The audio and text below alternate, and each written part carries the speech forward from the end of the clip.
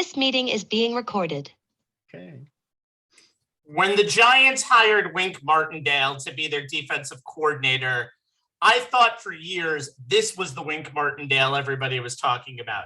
Game show legend, tic-tac-toe, debt, everything in mankind. This is from Trivial Pursuit. That didn't happen. So congratulations to the Giants for hiring a damn good defensive coordinator. But that guy still is alive and he looks really good in that picture. It's only from like 1994. Okay, enough about game shows. Let's talk football. I'm Steven Rubinowitz. I'm Jay Kaplan. I'm Anthony Strait, and there is no Forbidden Doors opening on the show tonight. Not at all. And up there is Joe Tafaro. Welcome to On the Sports Lines. Thank you. Yes, welcome to On the Sports Lines. This is our big game number 56 edition of the show. Super Bowl 56. Oh, you can say the word. Whatever. I'm going to say Super Bowl, but I'm going to say it as judiciously as I possibly can. And as always, we joined Joe Tafaro joins us, who is a contributor to the Twitter site Accountable Reps. That is AC count in big letters, ABLE.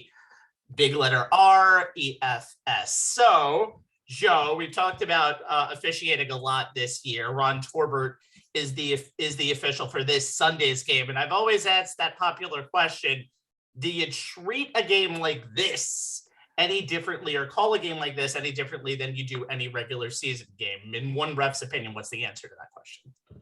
No, you don't, but you do treat, but what I've seen and what I think we've all seen is you do treat playoff games differently than you treat regular season games. There's a lot more of let them play, as we call it, as being a little less teaching with flags is basically what it is. It's they like to actually be a little over officious in the regular season so that when we get to that point, guys know what they're supposed to do. They know what's accepted. They know what's not accepted. And then they let it go a little bit in the playoffs as to what the result is. You'll see guys take a lot longer to throw a flag. Did it make a difference? Because, again, a penalty is supposed to be because you're gaining some sort of advantage. And a lot of times in regular season games, you'll see holding calls on the other side of the field, and those are the things that annoy fans the most, and I think they annoy us as officials the most who aren't in the league. But they seem to get rid of all that in the playoffs, and so the Super Bowl is just an extension of these fantastic playoffs that we've had so far. What I'm going to be very interested about going into this game, by the way, is going to be what the line is going to be for taunting. I'm sure Sean McVay and Zach Taylor has talked a lot to their players because that's something that they have called consistently in the playoffs. But we'll see how that goes on Sunday. And just one, because the announcers get it wrong all the time. An unsportsmanlike foul or a taunting foul is a non-contact foul, which means somebody said something. Whereas Tony Romo will go, "Oh, it didn't look like he did much." I go, "His mouth is moving, Tony. He said something, and that's what got him the flag." So hopefully we can get the word around to all the fans to yell back at the Jim Nantzes of the world and say, unsportsmanlike are non-contact fouls. So otherwise it's just a personal foul. Yeah, I believe the contact foul is called unnecessary roughness, right? Yeah, exactly. Exactly. All right. Details. We're all about the details here. So this Super Bowl is a battle of playoff surprises in the Bengals and Rams. That's what this is. To other friends of mine, it's an amazing Dr. Dre, Eminem, Snoop Dogg, Mary J. Blige, Kendrick Lamar concert with a game that is kind of sort of around it. Let's marry the two together tonight. Let's start with the Rams, led by Sean McVay in his second Super Bowl in 4 seasons. Fun fact, Sean was only 33 when he made his first Super Bowl. He was coaching against Bill Belichick. Belichick was the oldest coach to ever win a Super Bowl. That was his last to this point. And if McVay had won, he would have been the youngest head coach if he would have won. On Sunday, he can still do that. He will have been a few months younger than Mike Tomlin did when he won Super Bowl 43. It's only 36. But, nowadays everybody want to talk like they got something to say, but nothing comes out when they move their list, just a bunch of gibberish, and everyone forgot about Matthew Stafford. Oh, and Odell Beckham Jr. Out of the people in the skill positions, that being the quarterback, the running back, and the wide receivers who started in that Super Bowl 53, exactly 0 of them are in the big game 3 days later. So we're going to bring Jay and Joe in for the first, for the Rams preview. Jay, what does the offense have to do on Sunday to win? Well, I mean, to me, there's two different things, and they're kind of married together. I mean, it starts with Matthew Stafford. Obviously, he needs to keep playing clean, efficient football. For this game, I'm going to add the caveat, especially in the fourth quarter, and you'll understand in a little bit. And the Rams, the other thing is the Rams cannot ignore their running game. I've been saying it for a year now. Literally, we broke down this trade on last year's Super Bowl show, that the Rams acquiring Matthew Stafford was them believing that all they needed to get back to the Super Bowl was an upgrade at the most important position, which is quarterback. And then we can safely say the trade has more than paid the dividends the Rams had hoped for. But for the ultimate payoff, Stafford needs one more clean, efficient game, especially if this game comes down to him having to come up big in the fourth quarter, which I very well think it could. Now, I've spoken at length about Stafford's top-tier stats against certain coverages, against the blitz, and on the last show on third down. And all of that's been on display at one point or another during the Rams' run to the Super Bowl. It is a big reason why the Rams are here. But I'm going to add 2 more layers of stats for you, and that's how proficient Stafford has been in the fourth quarter and how well he's come back from throwing interceptions. We've talked about it on the show. Those picks have been the big negative that folks have focused in on with Stafford. He led the NFL with 17, largely due to the 7 that he threw in the final 3 regular season games. So I'm going to start there. I checked out some data that The Athletic compiled and found it very interesting that of all the quarterbacks who've thrown at least 50 interceptions from 2011 through 2020, none recovered better than Stafford. He's like a Major League Baseball closer who immediately forgets his last blown save. Of Stafford's 121 throws after a pick, he averaged almost 72% completion percentage and almost 9 yards per attempt on his next throw. And when you look at those same quarterbacks for the context of their next 3 passing plays after they threw an interception, Stafford's EPA per play was positive and ranked 7th. Now, we all know interceptions can happen. Stafford had one in the NFC title game. But his ability to, A, not dwell on them, and 2, make plays almost immediately on his next possession is huge. Here's an example. He was 5 for 8 for 69 yards and a touchdown to Cooper Kupp on an 18-play, 97-yard drive right after that interception against the Niners. And that brings me to the fourth quarter stats, which is where the Rams really saw what Stafford brings to the table. Here's your context. In 2020, Jared Goff was the NFL's 10th worst passer in the fourth quarter by ESPN's QBR, which is quarterback rating. In 2021, Stafford was the NFL's number 1 fourth quarter quarterback by both ESPN's QBR and the standard NFL passer rating. Completed 71.6% of his fourth quarter passes, 12 touchdowns, and here's the big stat, guys, 0 fourth quarter interceptions. And when trailing by 7 points or less in the fourth quarter, his completion percentage jumps up to a tick under 77%, and a half of those 12 touchdowns, 6. Oh, and here's something to keep in mind. With Tom Brady and Ben Roethlisberger retiring, Stafford is now the NFL's active leader in game-winning drives. He's tied with Atlanta's Matt Ryan. But as good as Stafford's been, the Rams' chances of taking home the Lombardi Trophy improve if they can generate any kind of traction in the running game. Stafford has passed on first or second down on nearly 75% of the plays this season. That's A, because the Rams' passing game is elite, and 2, because the Rams' running game is not. I talked on the last show about the potential for the Bengals to go to a rush 3 drop 8 scheme to slow the Rams passing game down and potentially get Stafford to force some bad throws that could lead to picks. And that's the best way to offset that is to get something out of Sony Michel and Cam Akers and potentially Darrell Henderson, who I believe will be back for this game. He's not on the injured list at the moment. The Rams running game is only 22nd in success rate in the regular season, but they're going against a Bengals run defense that was 21st in success rate. So it's kind of weakness on weakness, if you will. Remember what happened in the AFC title game. Bengals played a lot of light fronts. Chiefs averaged 4.3 yards per carry, but couldn't or wouldn't commit to the running game enough. If since he struggles against the Rams passing attack and goes to the drop 8 scheme like they did against the Chiefs, Sean McVay is going to have an opportunity to kind of get back to his roots and bring back the outside zone running scheme that he likes. The Bengals don't have a lot of speed at the first 2 levels of their defense, and they've struggled to defend against outside zone runs. In the regular season and the playoffs, they are the 6th worst team in success rate against outside zone runs. You put all this together, Stafford continuing to play as he has all postseason, and McVay recognizing and taking advantages of opportunities to make some plays on the ground. And the Rams have a great chance to do what Brady did last year with the Bucs. You said it perfectly, by the way. The Chiefs went for 6 yards a pop, went for about 5 yards a pop in that first half. Why do you just not run the ball? And I think that might also have a little bit something to do with going back to that game, I think it's something a little more to do with arrogance and a mix of Patrick Mahomes thinking he was a closer. I don't think the arrogance of both, not necessarily just Mahomes. I mean, the kid's confidence is that he can make a play all over the place. But I also think it's Reed. The combination of them, they feel that they can, their scheme, and it can defeat any coverage. We saw that wasn't necessarily the case. They did not adjust.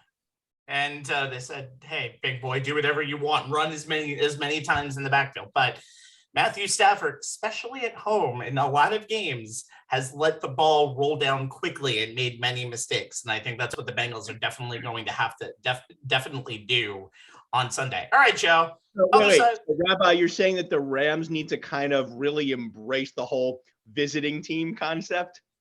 I mean, it's going to be very interesting, though. But just note, that team hasn't left their home since January 24th. And we'll talk about that in the prediction. So they've been at home for most of these playoffs. Joe's been at home for all of the playoffs. He gets to enjoy California 24/7.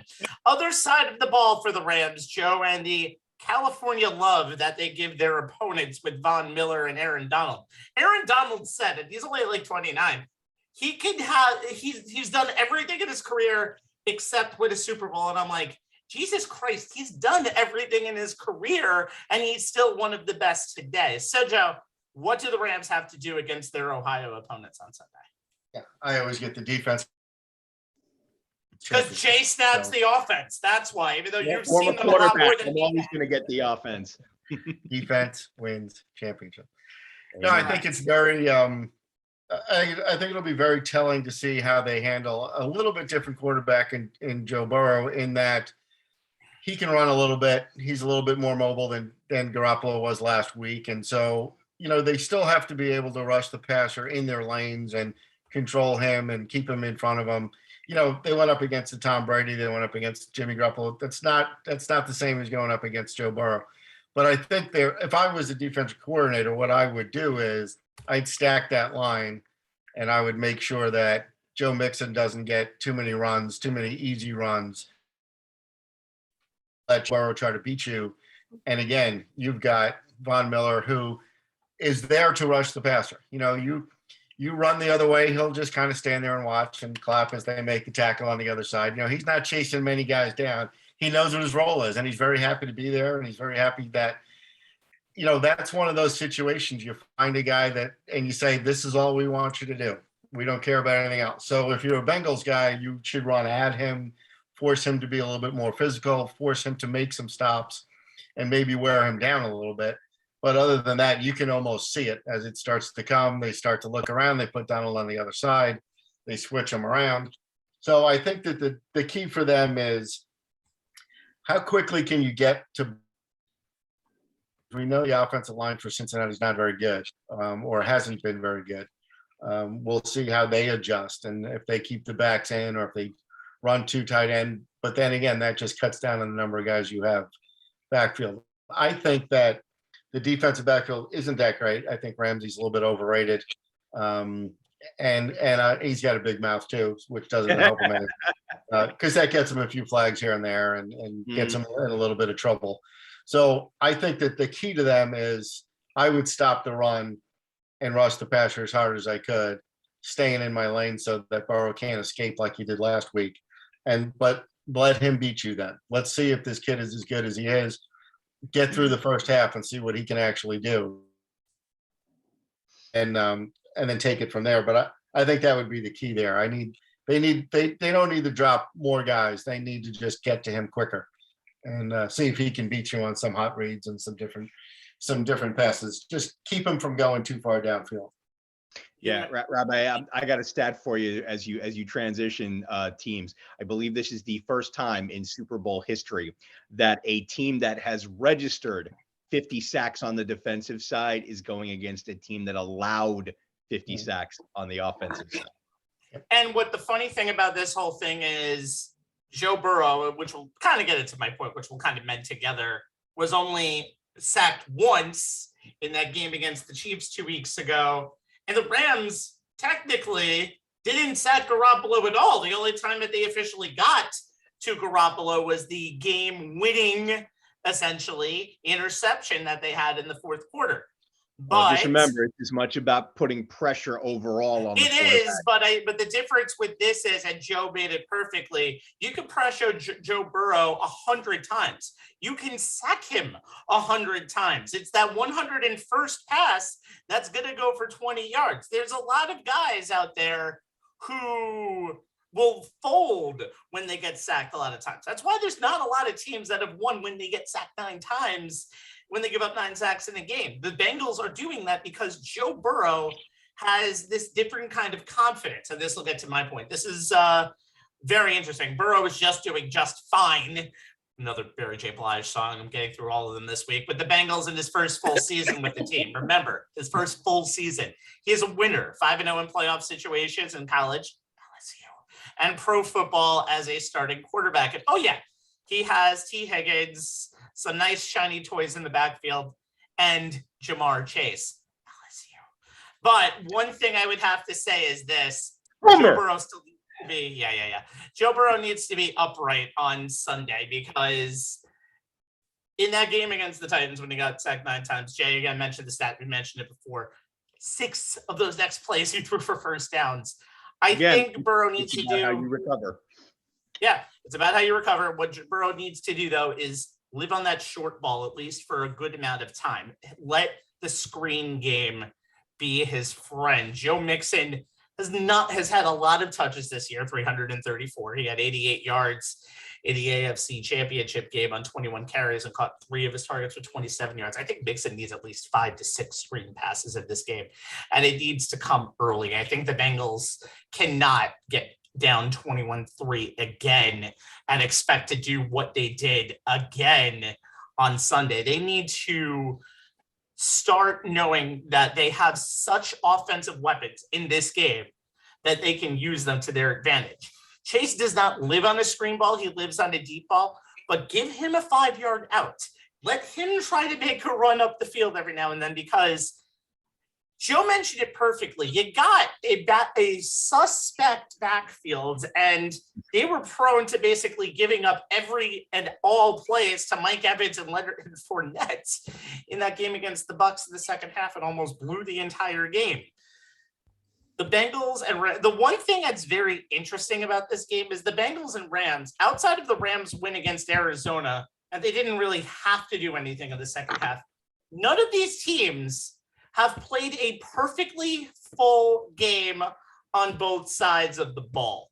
There has been either a comeback element to them, or there has been a just time when they have lapsed in the game. Neither of these teams have played a 100% perfect game. And I think the Rams game is better than the Bengals' best game, but if Joe Burrow can be upright, get sacked less than 3 times in the game, and I know that's a hard thing to do, but again, he can be pressured as many times as he wants. But if he gets the ball out, Joe Burrow does not care if you hit him. He will come back up again and again and again. But one of these times, one of those Rams, whether it be Von Miller knows how to play in a Super Bowl. He literally won Super Bowl 50 all by his damn self 6 years ago in San Francisco. Von Miller could easily win this Super Bowl again, because, as Joe said, Von's mission is to get Joe Burrow. And I think he will at least once or twice get Joe Burrow. But it's a question of, is he going to pull a Cam Newton and not remember when to pass the ball or make a stupid mistake? Burrow has not done that in a playoff situation since high school. And he has said, I have less pressure than this game than I did in a high school championship. Joe Burrow is really a quarterback that doesn't let anything get to him. And that's why this game is going to be very interesting on Sunday. But the Rams could easily get to him. So we'll see. I think this game does end up all on that offensive line, though. Okay. Other side of the ball. we talk about the Bengals. If Joe Burrow doesn't end up getting dropped it like it's hot, that does it. I'm all done now. The defense also has a tall order on them going up against a high-powered Rams. Oh, Anthony, in old school on the sports lines fashion, the Bengals defense can make an impact against the Rams Well, it's definitely going to be on the secondary. And the Bengals play a cover 3, mostly cover 1 kind of zone defense, which is not the greatest thing in the world when you think about Matthew Stafford being so good against zone coverages. Now, according to our good friends at The Athletic, estimated points added, Stafford had the 5th most at 0.18 in the NFL against cover 3, is 0.5 EPA against the cover 1, which is the highest of any quarterback in the NFL.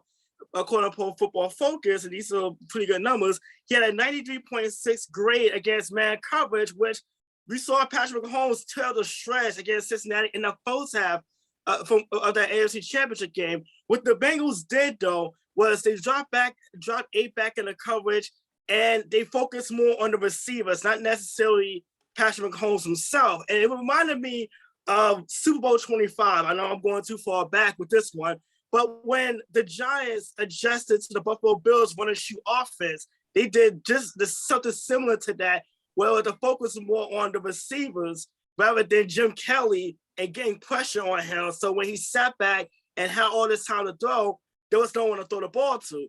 And the Bengals relied on Patrick Mahomes' impatience to try to get the big home run play in the second half of that game, and it actually worked. It worked in the Bengals' favor. Obviously, the 2 interceptions, the one in overtime, and the under 50% completion percentage.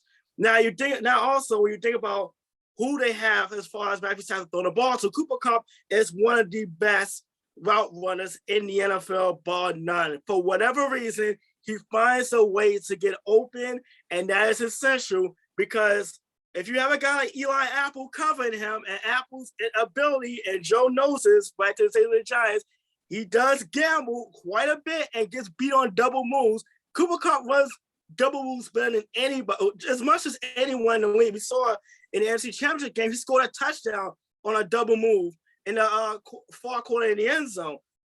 And he's going to rely on the safeties. And when you think about Bates and Logan Wilson, the linebacker who does drop back in the coverage, these are going to be guys that's going to have to help out in the secondary in the case Kupp does get open. Also with Odell Beckham Jr. as well, like as far as Beckham's explosiveness, you probably want to keep everything in front of you and limit Beckham's yards after the catch if he does if he's able to get his hands on the football. Essentially, what it's going to be is the Bengals being able to hold up in the secondary, but the front 4, led by Trey Hendrickson and his 14 sacks, if they're able to get to Stafford, at least put pressure on him enough. Stafford has a propensity for turning the ball over. We've seen that against Tampa Bay. We've seen it in the red zone against San Francisco. He's thrown 17 interceptions in the regular season. One in the playoffs. Yeah. One, yeah, but it was a red zone interception, which is really, which can backfire big time when you think about Joe Burrow and that Bengals offense and their ability to score as well. Look, the Rams and Bengals defense are 17th and 18th respectively, and that kind of mirror images of one another, with the exception that the Bengals do a better job. I kind of adjusted to the opponent. I think back to when they played the Ravens and they stacked the line a lot more to take away the run. Kansas City, they drop more back in the coverage. So they do a great job in-game adjustments, but they cannot fall, as Rabbi said, they can't fall behind 21-3 against the Rams, it was essentially a home game for them. So it's going to be like the back end of that secondary is going to have to hold up, and it's going to be up to the front 4 to at least pressure Matthew Stafford and kind of enforce him to make that big mistake, which we know Stafford is prone to do.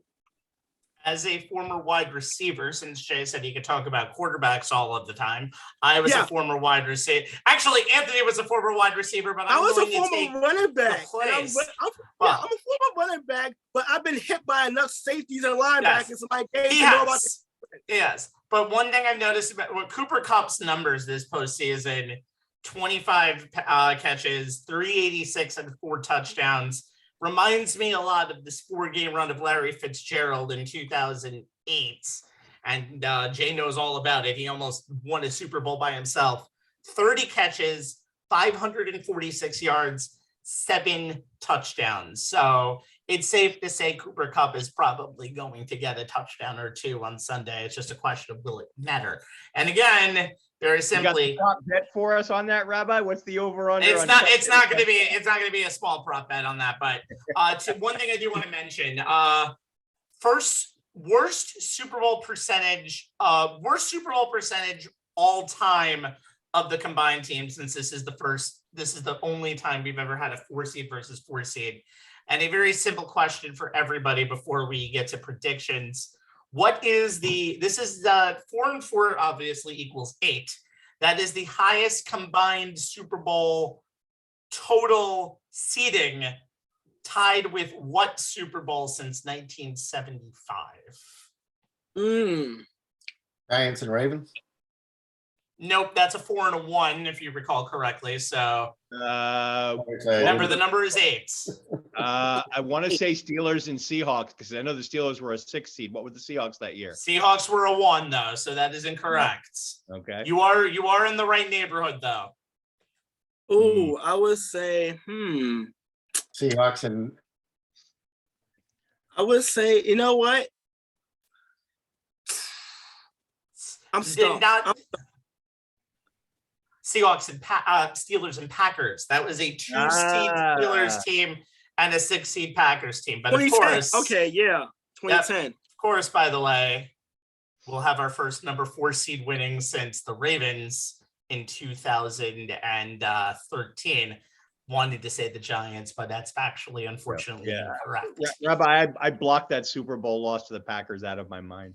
Oh, please, you have 6. All right. So, Jay, right now.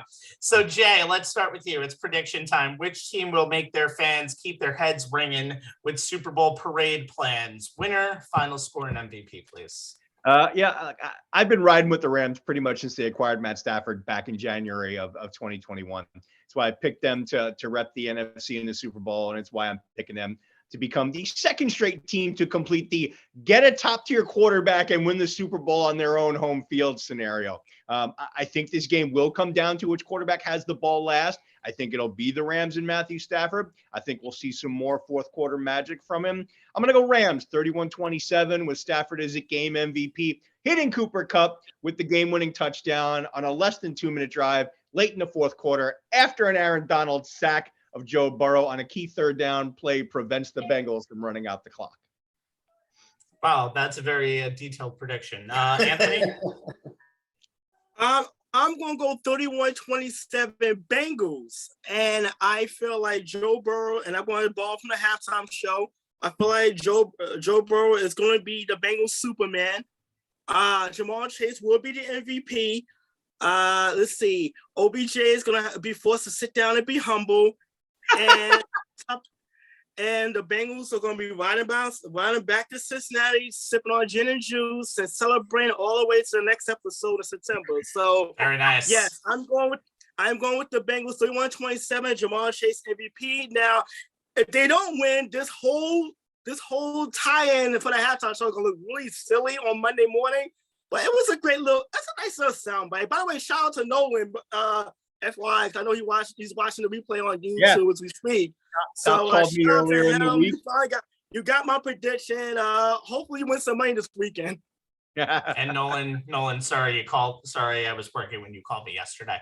Okay, I'm gonna go. So my heart is with the Bengals because it's literally the LSU factory on that team. And I love saying the fact that Jamar Chase and Joe Burrow are now 5-0 in win or go home situations for their team.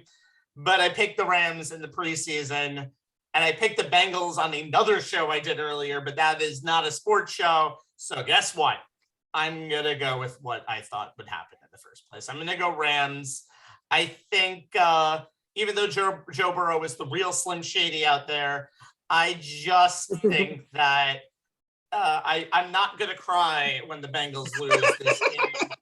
But I just think that I just like the Rams situation in this playoffs. And again, I don't think either of these teams have played up to their capability, but I think most importantly, the Rams haven't played up to the best of their capability. The 49ers game was a dogfight. The Bucs game was just totally freaking weird. And Kyler Murray didn't actually know where SoFi Stadium was when they played that playoff game. It was like a Monday night game, so it was all screwed up. I don't think the Cardinals actually showed up for that game. I'm going to go a little bit, you know what, the NFL has been crazy this year. I'm going to go close. I'm going to go 26-23 Rams. And even though quarterbacks win this award most of the time, I think Cooper Kupp has one of the best days, Jerry Rice, Super Bowl 23-esque type of games. And I'm going to say Cooper Kupp will be the MVP.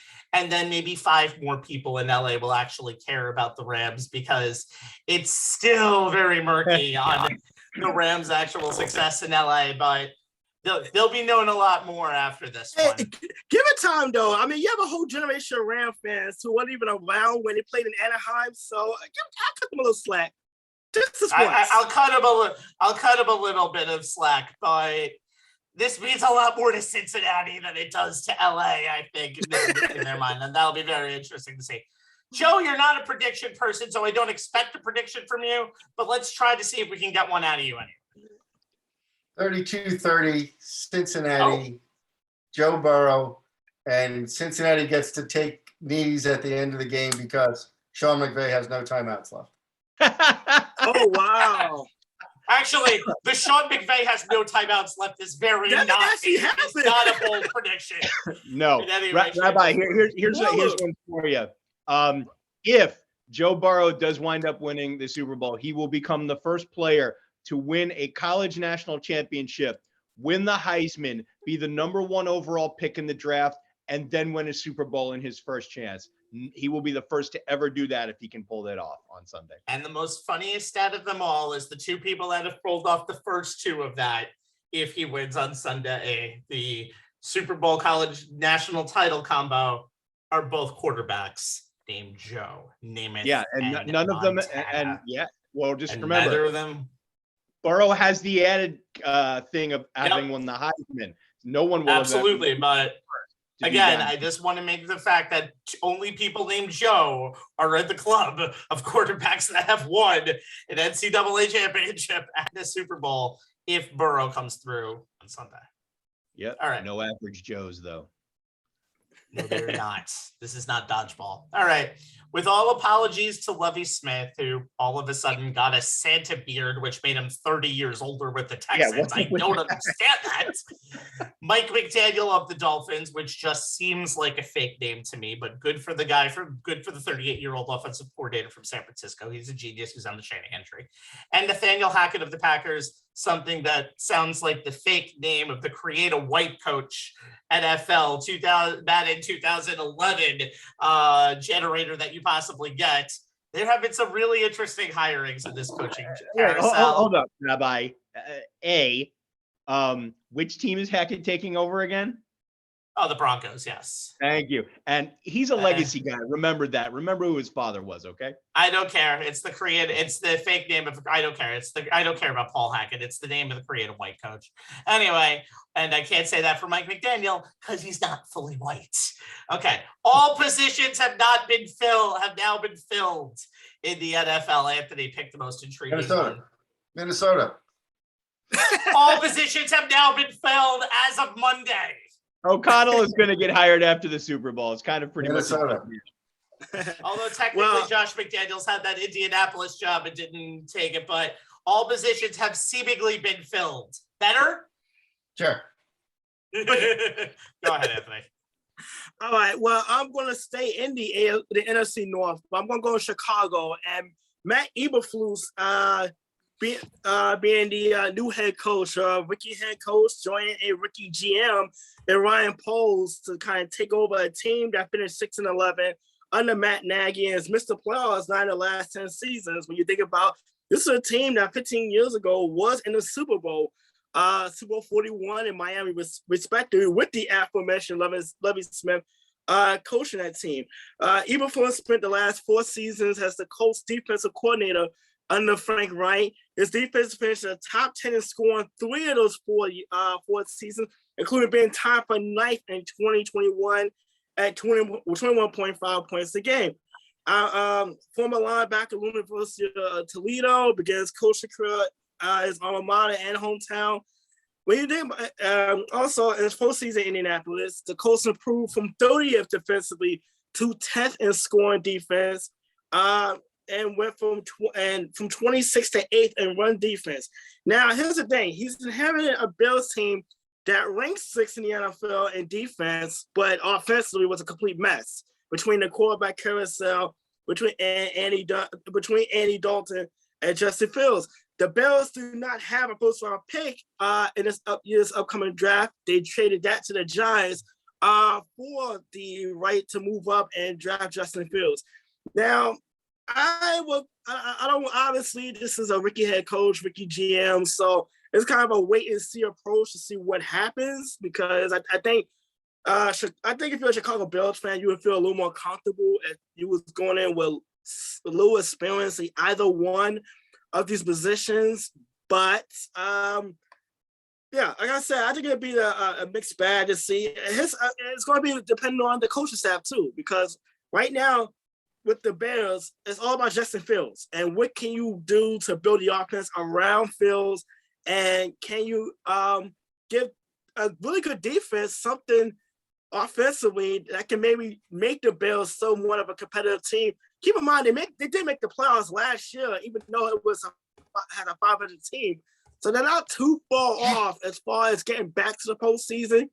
But at the same time, it's all about what Eberflus is going to do as far as getting any kind of resemblance of offense to go with that defense. Bears are always a team that'll be very interesting. And if Aaron Rodgers leaves the NFC North, that is an up for grabs division, albeit at 9-8 or 8-8. Let's move on. Speaking of which, I know before we move on, here's an out of the box question. If Aaron Rodgers did leave Green Bay, you think the Bears decide, you know what? Maybe Justin Fields is still on the back burner for one more season. And no, absolutely not.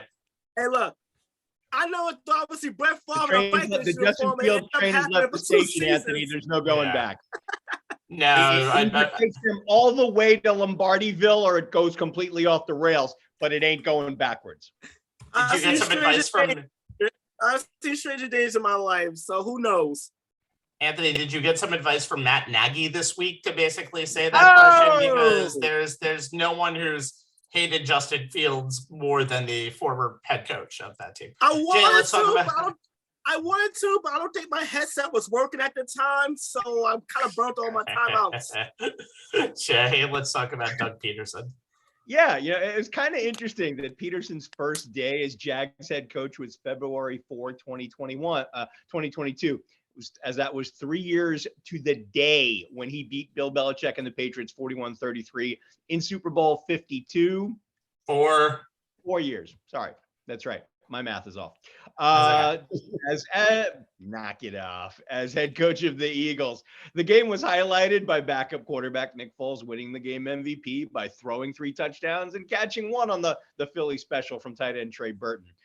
Despite going 4-11-1 in his final season in the city of brotherly love, his overall record was respectable, 42-37-1 in the regular season, 4-2 in the playoffs, including that Super Bowl win.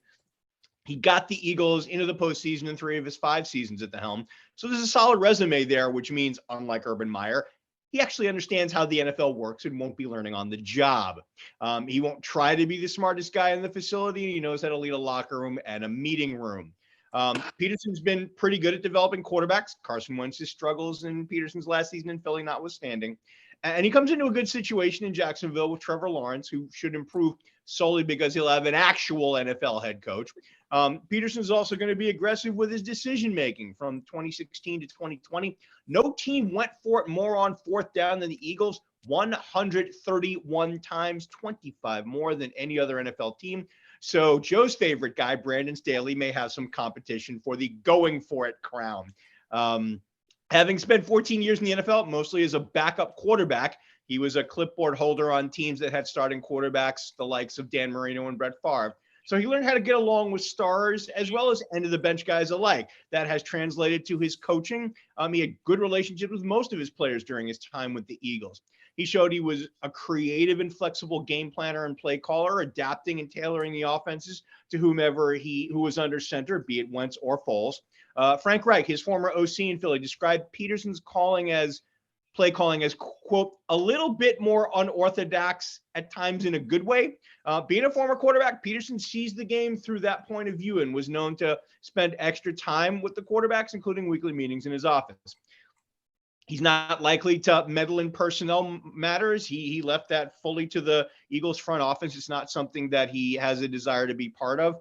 He's also going to give his defensive coordinator a lot of authority and autonomy to run that side of the ball as he sees fit, which should make it a very attractive coordinator position. And how he puts his staff together here will be key, as a lot of the assistants he had in Philly were holdovers from the previous administration. So he didn't have to put a full staff together from scratch like he will here. And like with Brian Daboll, who Peterson hires as offensive coordinator and quarterback coach will be highly scrutinized, as turning Lawrence into a franchise quarterback is the job for Peterson. But he's shown that he knows how to build an offense around his quarterback's strengths, something the previous head coach seemed to be utterly clueless about. Now, Peterson was, in a lot of ways, a victim of things out of his control in Philly that led to his dismissal. Eagles owner Jeffrey Lurie has acknowledged that Peterson did not deserve to get let go, but said there was a, quote, difference in vision about the next steps the Eagles needed to take. I like the hire. Hopefully he'll be given the time to right the ship with the Jaguars, but it's not going to be easy, nor is it going to be quick. Just don't ask him to blow games to 10 games late in the season, because apparently the Jaguars are real spoilers at the end of the season. Just ask Carson Wentz, ironically enough. And those two, that's the future of that. That's who Peterson will always get tied to. So you think Peterson is going to enjoy those games against Carson Wentz a little bit more if he stays with Indianapolis? Those are going to be must-see matchups for a lot of people. Oh, by the way, Riverboat Ron Rivera is on line one with you calling Brandon Staley the biggest gambler in the NFL. I did not say biggest gambler. I said he would be a contender for the crown of going for it the most. There's a difference. Riverboat Ron still wants to talk with you on line one. On line two is Dennis Allen, the new Saints head coach. And I really am shocked that this hire wasn't made the day Peyton stepped down, Joe. Yeah, this is the biggest non-controversial, biggest simple answer there was. If anybody could have skipped over the formalities, it would have been them. And it's only different because this is a coach that, you know, the coach who was there retired. He resigned. It wasn't that he was being run out of town. He didn't have a bad year. He didn't get fired. There was no controversy around him like all these other guys. He didn't blow the last game as an Eagles coach to have a discussion about himself. We keep forgetting that for some reason that he did that. Anyway. I'll remind you everybody until the cows come home. Don't worry, I'm on that train. You know, Dennis Allen was, you know, the owners there, you know, when Peyton came to them and said he was going to resign, they said, why don't you take a little bit more time and make sure this is what you want to do? So this was kind of preordained. They don't want to rock the boat down there. They've been successful, and they have a few other things all of a sudden they have to deal with, because you got to figure out a quarterback, because it's not going to be Taysom Hill and it's not going to be whoever else, Trevor Siemian and the rest of the crowd down there. And, you know, there's even talk about bringing Jameis back, which I'm not sure is the smartest thing in the world. But so losing Drew Brees 1 year, now losing Peyton, they don't want to go and start from scratch, because they are starting from scratch at that point. Have somebody who's already used to being in the building, dealing with the owners, dealing with Mickey Loomis, and figuring out how to get this straightened out, because suddenly you also have another issue with Alvin Kamara. Oh, yes. We don't know where that's going to go. And, you know, there has to be some discipline there if also because they found out that his account of what happened doesn't match up to the film, which is always a bad idea. When people realize, you know, I'm not sure how long it's going to take people in public figure to realize that there's a camera everywhere. And whether you know it or not, whether you see somebody with one or not, there's one somewhere. So don't lie about what you did. Just say what you did and make up a good excuse for it instead of saying it didn't happen. So anyway, they're going to have enough problems there. So here's a guy who's been on the staff since 2015. He's run part of the team. He knows how to deal with the owners. He knows how to deal with the GM.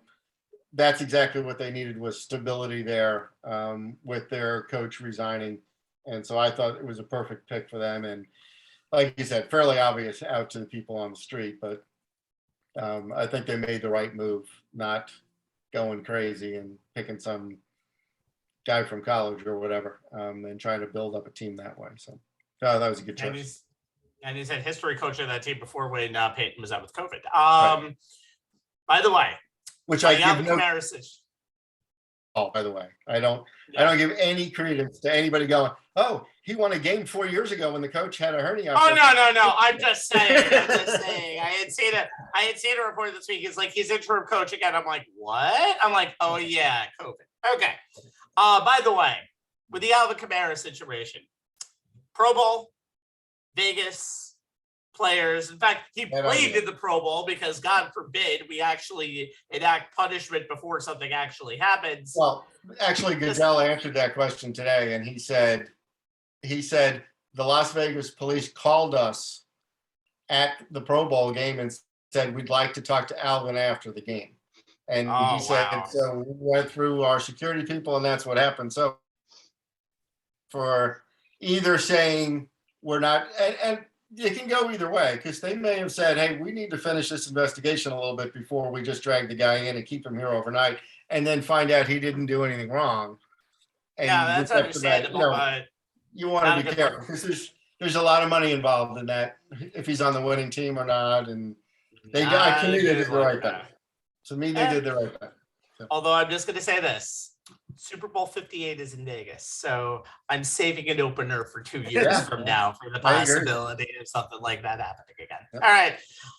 I'm going to go with a guy I just mentioned as a guy who was supposed to be hired after a Super Bowl 4 years ago, but then just decided to back out of the deal, and that's Josh McDaniels. Now, listen, I like Josh McDaniels and all he's done with the Patriots. For God's sakes, he's been there since he was, if you do the math correctly, 27 years old as offensive coordinator, because he took the title after Charlie Weiss, if anybody remembers that name, left the Pats following the 2004 season. He was the coordinator of the undefeated team in 2007. And then when he came back he led the Patriots to 4 Super Bowls, which is insane. And they won 3.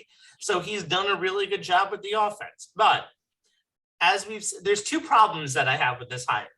As we have said before, I think me and Joe have talked about it all the times. Some people are meant to be coordinators.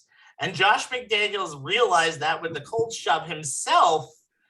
And of course, you know the story. 2009, they opened the season 6-0, but lost 8 out of their next 10 games. Never worked out with Jay Cutler. Made the Pro Bowl in 2008, and the first thing McDaniels is like, no, I don't like him. And then they brought in Kyle Orton into that team, and how'd that work out? Not well. He also got fined by illegally taping a practice session in London of the 49ers. By early December, McDaniels had a 12-16 record total as the team's head coach and was fired. And that's why McDaniels never got a head coaching job again until this very moment. And even then, this is just a type move to me. McDaniels has been a finalist for years with other spots, but a lot of people thought that New England, the team that he seemingly has been groomed with for almost 2 decades, was a succession plan. The guy's 45, so he definitely could have taken over this team for 10 to 15 years. And then he goes to Vegas, which is just, for a team that made the playoffs, for all of the stuff that they went through with John Gruden, with all of the stuff that they went through in that era, getting back to 10-7, getting themselves into a playoff position, going toe-to-toe. They might have been an errant whistle away from actually beating the Bengals. And a guy who everybody on that team respected, in Rich Bisaccia, who, by the way, is now going up to Green Bay and fixing their mess on special teams.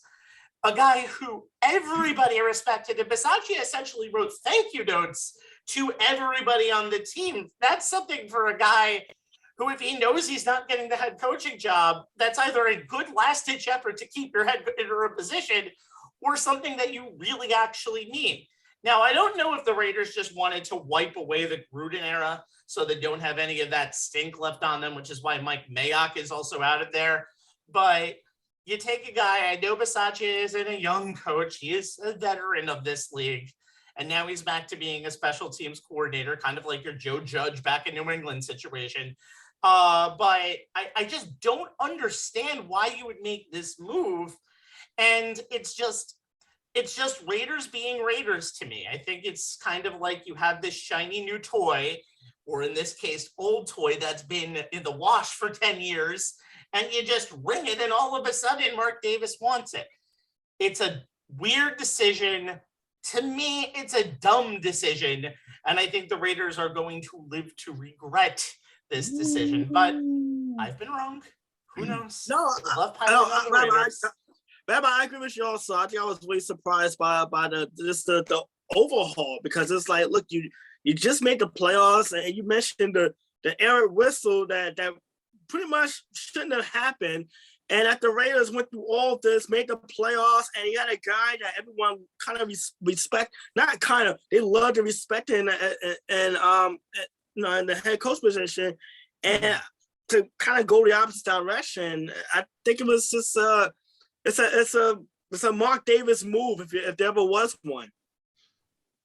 Well, It's the Mark Davis what I'm special. hearing from sources is that if McDaniels had not elected to take the job, chances are Bisaccia would have been retained. I mean, Mark Davis had a lot of respect for what he accomplished, the way he held the team together. And the players, of course, wanted him there. So I think it's because McDaniels was available, and McDaniels was a name that's always been on the top of Mark Davis's list. That's why he did it. But McDaniels has always been available, which is the problem to me. Like, why not give Bisaccia one more chance, for God's sake? Maybe. It makes no sense. It makes no sense to me. It makes no sense. Quarterback and a GM who are on the same page, bringing them in That is true. together under that circumstance might make it easier for McDaniels. I think there'll be less pressure on him now because of that pairing coming in together from jump than there was at his previous opportunities. All right. Yeah, you should have kept the coach that was smart enough not to call a timeout and go unlike his opponent and allow for a field goal to knock you out of the playoffs. I mean, come on, guys. Considering how often we do this coaching carousel segment every year on the Super Bowl show, there always seems to be plenty of openings. It's proof that NFL owners, by and large, are prone to making dumbass decisions with their head coach hirings. We just oftentimes don't know it until a year or two later. So it'll be interesting to see. Not for long. All right. That's exactly what it means. All right. Finally, the Hall of Famers in the NFL for 2022 will be announced tomorrow. While they don't actually get inducted for 6 months after, they'll be on cloud nine, possibly forever. And this might be the one chance for Roger Clemens to actually get into a Hall of Fame. Suit up, Roger. Suit up. All right. Anthony, make the case for one of the 15 finalists. And Roger Clemens is not one of them. Sorry.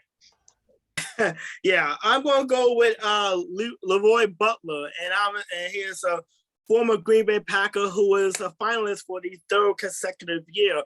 Butler, the first player in NFL history to record 20 interceptions and 20 sacks in a career, and is the only member of the NFL's 1990s All-Decade team to have yet to be inducted into the Hall of Fame. So, by the way, he is synonymous because he is the creator and the originator of the Lambeau Leap. Think about a regular season game in Oakland when they were playing in Milwaukee County Stadium, and he made a big play to return for a touchdown and spontaneously leaped into the stands, and thus the Lambeau Leap was born, because now it's been grandfathered into kind of the group celebration thing that the NFL had initially came up with years ago. But here's the thing, too. I mean, if we look at this, the safety position, there's only 16 in Canton, Ohio right now as we speak. And the last 3 was John Lynch, Steve Atwater, and Troy Polamalu. So obviously this is a wide open class where he may have a decent shot of getting in. He was a key part of Chris Shermer's defense when the Packers won the Super Bowl 31, and obviously they defeated New England in that game. And three other individuals with connections to that team, Brett Favre and Reggie Wayne and General Manager Ron Wolf, are already enshrined in the Pro Football Hall of Fame. So with that, this may be his best chance, considering guys in retirement who may be coming up for being on the Hall of Fame ballot for the first time. So if there's any chance that Leroy Butler, kind of a guy who was very big for the Green Bay Packers' success, that kind of got lost in the shuffle when you think about some of the other defensive backs that came along in the last 20 years, this may be his best opportunity to kind of get in before things get really crowded on that ballot. Guaranteed, if anybody is a Hall of Fame favorite going forward, Jay will probably use his executive privilege to pick him first in this segment next year. And the guy who a lot of people think is going to get in this year is DeMarcus Ware. Yeah, I was kind of, when Rabbi and I first started putting the show together, and he reminded me that, this is another segment that we annually do on this show. We started kind of going down the list and realized there's not an obvious, overwhelming headliner type of choice in 2022. But Ware may come the closest. Drafted by the Cowboys 11th overall in 2005, he was a terrifying force as a pass rusher. Twice led the NFL in sacks, 2008 and 2010. Totaled 117 during the 9 years he spent in Dallas, averaging 14.7 per year at the height of his havoc-wrecking powers between 2006 and 2012. He had 20 when he led the league in 2008. And amazingly enough, he had 19.5 in 2011, and that didn't lead the league. He also had 7 Pro Bowl selections during his 9 years in Big D. Then took his talents to Denver and teamed with Von Miller to form one of the most formidable pass rushing tandems, recording his 8th season of 10 or more sacks and his 8th Pro Bowl selection their first year together, helping to lead the Broncos, and he helped lead their Broncos to their Super Bowl 50 win over Carolina, thoroughly shutting down MVP Cam Newton. During that postseason run, Ware wreaked serious havoc. 3.5 sacks, 12 quarterback hits, 4 tackles for losses, and a fumble recovery over 3 games. He also became a mentor to Miller in their first season together, a relationship that continues to this day with the lessons that Miller learned. The former 2011 Defensive Rookie of the Year was coming back from the torn ACL that ended his 2013 season prematurely, and Ware was one of the people who helped get Miller back to the level he was at when he put up 18.5 sacks and was runner-up for Defensive Player of the Year in 2012. The lessons Miller learned from his idol, he took with him to the Rams, where he's become, in his words, the DeMarcus of this team. Ware totaled 138.5 sacks during his career. That's 9th all time since the NFL began tracking the stat officially in 1982. It's one behind Hall of Famer Jason Taylor, who was inducted in his first time on the ballot. Every player ahead of Ware on the all-time sack list who's eligible for Canton, Terrell Suggs is the only one not eligible yet, is already enshrined. Checks all the boxes. NFL's 2000s All-Decade Team, 9 Pro Bowls, 7-time All-Pro, 4 first team, 3 second team, and a Super Bowl champ. Very much deserving of enshrinement as part of the class of 2022, in my opinion. It is a weak class this year, but if this is any year if there's any punt return that deserves a first ballot Hall of Famer, it's Devin Hester, because Devin Hester has 20 kick and punt return touchdowns in his impressive career. In a spot where you have Deion Sanders and Brian Mitchell, there is no doubt in anybody's, and Gale Sayers, by the way, there is no doubt in anybody's mind that the best player to do this position of kick and punt returning is Devin Hester. And according to The Athletic, in an interview, Hester believed he would have had 40 return touchdowns if teams had actually kicked to him. He's right. Yeah. Hester has the most punt return touchdowns, 14 in NFL history, the most non-offensive touchdowns in league history, and the highest average yards per punt returns with anyone at least 300 returns. 4-time Pro Bowler, 3-time All-First Pro. He was part of the NFL 100 team. But I want to tell you 2 stories to end this night, and they both come back to the Super Bowl that was mentioned earlier by Anthony, Super Bowl 41. Tony Dungy had said, I hope we lose the toss. And this is back in the day when you actually received the ball when you lost the toss. Don't do the stupid defer so you can get the 2-for-1 special in the second half. I will get to Joe in just a matter of seconds here, by the way. So we're not technically closing out the night. But what I'm going to say here is this. They say, if you go down there, we'll kick the ball off to Devin Hester. We'll kick it down the middle and pound Devin. They'll know we mean business and we'll send a message. Yeah, that was a mistake because Hester returned the opening kickoff of that Super Bowl, 92 yards for a touchdown, and no player has or probably will, thanks to the new kickoff returns, opening kickoff for a score ever in the Super Bowl. Remember the 83-yard punt return that same season that gave the Bears the win against the Cardinals in 2006? And remember Dennis Green immediately saying the Bears are who we thought we were, and we let him off the hook? What about the 2 return touchdowns against the Rams in that season? And of course, what about the missed field goal in 2006 against the Giants, which he just decided to run back for a nice 108 yards? Devin Hester redefined the position of kick returner. And when you were the best to ever do it at your position, you're getting in sooner or later. So Devin Hester is going to get in. And I think, again, in a weaker class than normal, I can't wait for T. Sizzle's appearance at the speech of the Hall of Fame. Any Raven who ends up speaking is always interesting, even though I hate the Ravens for all time because of 21 years. You hate them. But you hate them. You did not lose to them in a Super Bowl, Jay. You Doesn't always matter. beat them on your way Doesn't to matter. Super Bowls. So I Doesn't hate matter. them more. Anyway, we could talk about that till we're blue in the face, but that's why Devin Hester should get in this year. Joe, Amen. sorry I skipped you over before. Let's talk about Reggie Wayne. Yeah. Picked Rondé Barber, and I still think he has a very good chance again in a little bit of a weaker class. Made my case for him last year. But as I was going through this and just looking through, and Reggie Wayne's name popped up, and I started to look at, different things. I don't count Pro Bowls as much of a thing because too many guys don't play and all that stuff. The top 2 guys aren't in the game, so somebody else has to go. So I don't really count all those things.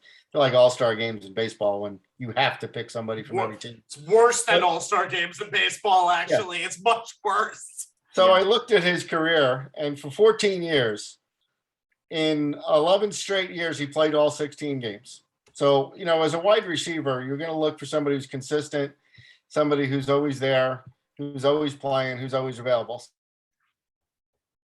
In 11 straight years, missed a year, basically took half a year off, and then played in 15 out of 16 to end his career. He had 7 years of over 1,000 yards and had 1 year of 1,500 yards receiving. And his average, which was something that I look at for his yards per catch, was 13. It was 14.2 in the regular season, and then you go to playoffs, and it was 13.5. So talk about a guy who's consistent, guy who was always available. Obviously had very good quarterbacks, but you still have to be there. You still have to run the routes. You still have to catch the ball. And there's a bunch of stats as far as catch percentages. Every year in those 11, 7%.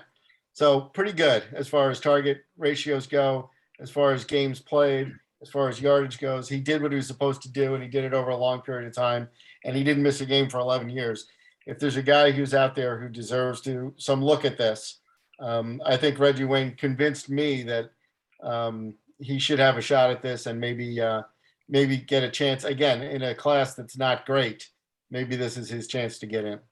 Maybe, but the thing that's interesting, because we have another year here where there is a bit of a log jam in terms of the wide receiver position, because you also have Torrey Holt and you also have Andre Johnson. And what's going to be interesting for me when they try and decide between those 3, Andre Johnson was clearly a number 1 wide receiver in his career.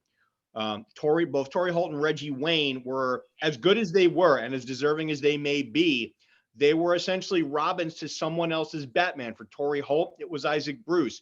For Reggie Wayne, it was, why am I spacing on his, was Marvin Harrison. Marvin Harrison. Yeah. So it's a question of how do voters look at it? Do they take that into account? Does that factor into their voting as, when they're trying to compare 3 guys with similar stats? I mean, we've seen this. There's been a logjam at wide receiver for the last few classes. So it'll be interesting to see how that shakes out. I think one of those three gets in. It'll be interesting to see which one it becomes. Usually in that situation, the tie will go to the one who's been on the ballot the longest. And in that case, that would go to Holt. If you want to bet on this, by the way, yes is the key option for 5 people. So that would be your 5 classes. And it would be DeMarcus Ware, Tony Baselli, Leroy Butler, Richard Seymour, and Reggie Wayne. So just letting you know, I would expect, it seems like Baselli seems to be the highest of the locks, just because out of the people that we didn't mention is because he's been on the ballot for like 16 years, it seems like. The issue with him is that so many people like hold his injury issues against him as if he didn't. You know what? When he was there, when he was active, the man was the most dominant left tackle of his generation. He's one of the guys who set the bar for the why left tackles now get paid, whether anybody it's who's not. Anybody who is, I remember redefined the position he deserves to be in Canton. Yeah, I remember in 1996 AFC playoffs and Tony Baselli, the job he did against Bruce Smith in that wildcard game, Jacksonville upset in Buffalo. From there, I mean, you kind of saw how good Tony Baselli was. Unfortunately, the injuries did cut his career short, but when he was on a field, I mean, there was no one better you wouldn't love having on your blind side, at least, than Baselli, because he really gave up sacks. He was a great run blocker as well. I'd love to see him get in. I mean, Terrell Davis, his career was cut short due to injury, and he was able to. But he got in easily. He got in within 3 years of his ballot. And that's the thing. I mean, but Baselli does kind of get lost in stuff a little bit because of the length of his career being shortened so much. But you know what? If your career, even if it's shorter than most people think it should be, whatever that means, when you played, you were the most dominant player at your position during your time, I don't care whether you played 5 years or you played 15 years. You're a guy who redefined that position for a generation. You deserve to go in. Forget about the countings. There are no counting stats really, other than, sacks given up, if you want to go that way for a left tackle, I do agree to a certain extent with Joe in terms of Pro Bowls maybe not having such the esteem that maybe we want to give them. Just roll Baselli's tape. Your eyes should tell you all you need to know about whether this guy deserves to be in Canton or not. Well, a lot of those voters don't know how to use modern technology, so I'm sure they haven't had a chance to actually roll any tape. So anyway, Joe, thank you for joining us all season. Good to see you, sir. All of your football knowledge. We will see you as the off season commences, and most importantly, talk about quarterbacks that are unnecessarily rated high on draft boards. We're gonna have a lot of arguments. Joe Taparo from a contributor to Accountable Reps, that on Twitter, that is at capital COUNTABLE capital REFS. I hope you do some basketball stuff in the off season. I doubt that's going to happen because those reps really do need to be more accountable than football reps, but I'm just saying I can start my own website when it comes to that. Joe, thank you so much for all the stuff that you've been talking about this season with us. It's been fun doing these shows with you, man. Thank you, guys. I appreciate it. For Jay Kaplan, Anthony Strait, everybody on the NBC broadcast this Sunday, especially Al Michaels, Chris Collinsworth, Michelle Tafoya enjoying her last ever Super Bowl on the sidelines, and Catherine Tappan, the newer, younger version of Michelle Tafoya, apparently. And Jack Collinsworth. Let's not forget Chris's kid. That's the pregame show. We can talk about Jack Collinsworth and Maria Taylor. We do not encourage nepotism on this show. Really? We never encourage nepotism on this show. We never encourage nepotism on this show. And for Chloe Kim, Michaela Schifrin going down a hill for a second consecutive time. And my boy Nathan Chen, who's about an hour away from winning a gold medal. And to Nolan Toppin, we miss you, Top. And to Nolan Toppin, we miss you, man. And I will call you back, I promise. I'm Stephen Rabinowitz. Thanks for joining us as the longest ever season in the NFL takes its final churn. We'll be back next Thursday for the three letters people hate the most in the New York area right now. 14 combined losses in a row. N, B, and A. Hey. As always, we are live. Yeah, I know. I'm not looking forward to the Knicks and Nets discussions. As always, we are live on Facebook.com/OnTheSportsLines. I might be looking forward to them in a different way. On demand at YouTube.OnTheSportsLines, YouTube.com/OnTheSportsLines, and at your service at ONTH SportsLines, with this show's link and other things that will mansplain to you that you should enjoy. Oh, I'm sure you know them, but we'll mansplain them to you. Come on now. We'll all link them. We're all mansplaining. Anyway, see you next week. Enjoy the big game. Go Bengals. Go Rams. Good night, everyone. everybody. Don't say go Rams just because you picked them. Doesn't Go mean you- Rams. Good night.